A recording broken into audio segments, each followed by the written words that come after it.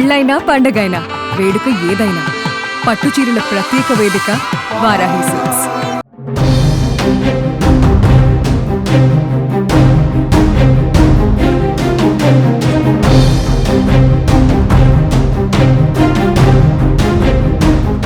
Hi hello welcome back to Suman TV. ఏదైతే జ్ఞానేశ్వరి పాప missing కేసులో మిస్టరీగా మారింది చెప్పుకోవచ్చు. ఏంటంటే ఈరోజు 8వ రోజు కూడా పూర్తయింది. ఈ రోజుతో 9వ రోజు.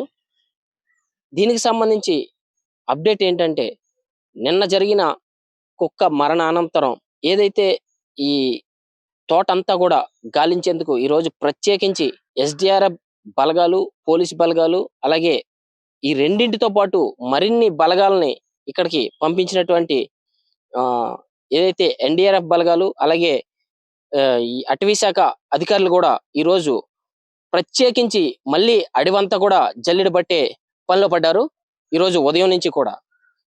ఎందుకంటే ఏదైతే కీలక ఆధారంగా ఉన్న కుక్క చనిపోయిందో, కుక్క తర్వాత మరి ఏ ఆధారం లేదు, మళ్ళీ అడవిని జల్లెడ బట్టే పనిలో ఏదైనా క్లూ దొరకపోద్దా అని ఆలోచిస్తున్నారు.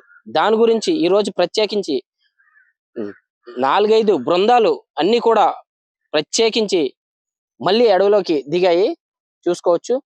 ఇంకా చెప్పాలంటే మరి కాసేపట్లో ఏదైతే కుక్క చనిపోయిందో కుక్క కూడా పోస్ట్ మార్టం చేసే పనిలో పోలీసులు అయితే నిమగ్నం అయ్యారు. ఏదైతే కొండపైకి వెళ్లే అటు దారి ఉందో ఆ దారి గుండానే పాప మిస్ అయ్యిందని చెప్తున్నారు. ఆ దారిలో వెళ్ళిందని చెప్తున్నారు. అయితే ఈ దారిని వస్తే 1/2 కిలోమీటర్ నడిచి రాగలదా పాప? లేదు అదే దారిని వెళ్ళిందంటే అటు కూడా ఒక 1/2 కిలోమీటర్ ఉంది, కొండకి 1/2 కిలోమీటర్ వెళ్ళగలదా?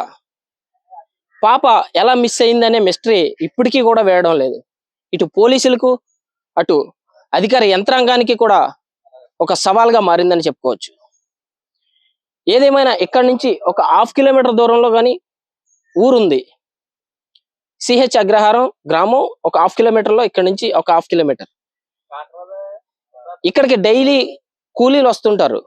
ఏదైతే పామాయిల్ తోట ఉంది, పామాయిల్ గెలలు సేకరించి ఇక్కడ నుంచి తీసుకెళ్లే పనిలో డైలీ కూలీలు వస్తుంటారు. సుమారుగా ఒక 40 నుంచి 50 మంది కూలీలు. వాళ్ళందరినీ కూడా నిన్న ఏదైతే డిఎస్పి బాలగంగాధర్ తిలక్ వాళ్ళందరినీ కూడా విచారించడం జరిగింది. అసలు ఏం జరిగింది ఏంటి అని ఒకరిని సెపరేట్ గా విచారించడం జరిగింది. అలాగే ఈ చుట్టుపక్కల గ్రామాలన్నింటినీ కూడా పోలీసులు ప్రత్యేకంగా విచారించడం జరిగింది. అయినా సరే ఎటువంటి క్లూ కూడా ఇక్కడ లభించలేదు. ఈ రోజు ప్రత్యేకించి మళ్ళీ 9వ రోజు ప్రత్యేక బలగాలతో ఏర్పాటు చేసినటువంటి బలగాలన్నీ కూడా కొండపైకి వెళ్ళినటువంటి పరిస్థితి. చూద్దాం ఏం జరుగుతుందో.